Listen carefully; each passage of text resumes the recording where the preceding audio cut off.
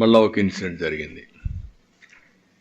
LG polymers జరిగినప్పుడు ఒక దానికి దీనికి డిఫరెన్స్ మీరు చూస్తే అది పాయిజనస్ కెమికల్. ఇక్కడ పాయిజనస్ కెమికల్ కాదు కానీ ఎక్స్ప్లోజివ్ కెమికల్. ఆ బిల్డింగ్ని మనం చూసాం, చాలా భయంకరం. వాల్స్ని లేపుకుంటూ అక్కడ ఉండే మనుషులను కూడా తీసేపోయి ఆ గోడకు పైన ఆ ఫెన్సింగ్ మీద పడేసే పరిస్థితి వచ్చింది. అంటే అంత పవర్ఫుల్ బ్లాస్ట్ అయ్యే పరిస్థితికి వచ్చింది. దీన్ని చూసినప్పుడు అక్కడ సంఘటనల్ని మీరు ఎగ్జామిన్ చేశారు కాబట్టి నేను మాట్లాడడం లేదు డీటెయిల్స్ అన్నీ.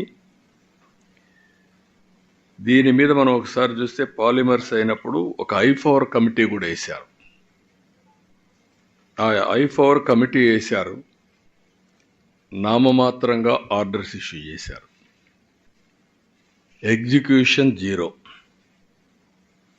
దీనివల్ల టోటల్గా ఈరోజు ఈ పరిస్థితి వచ్చే దానిపైన మీరు చూస్తే జీవో 156 ఒకటి రిలీజ్ చేశారు.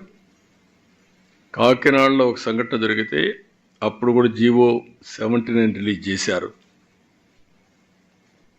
కానీ రెగ్యులేటరీ అథారిటీస్ మాత్రం నామమాత్రంగా చర్యలు తీసుకున్నారు తప్ప ఎక్కడ యాక్షన్స్ తీసుకునే పరిస్థితులు లేరు.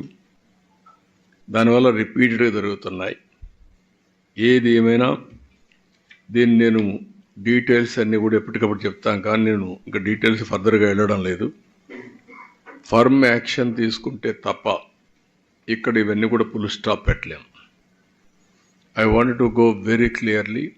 నేను ఒకసారి అప్పీల్ చేస్తున్నా ఆల్ ఇండస్ట్రియలిస్టులకి, మీరు కూడా ఈ రెడ్ కేటగిరీలో ఉండే ఇండస్ట్రీస్ అన్నీ మీరు జాగ్రత్తలు తీసుకోవాలి.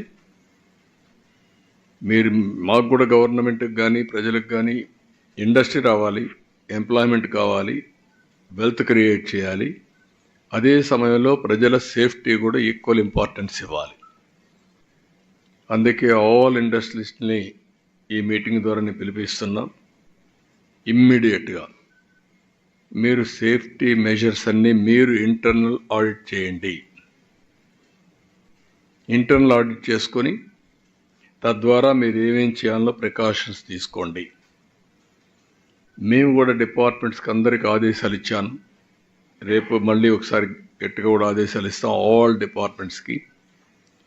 ఇప్పటికే ఇంత మునుపంతా కూడా కొన్ని తీసుకొచ్చాం.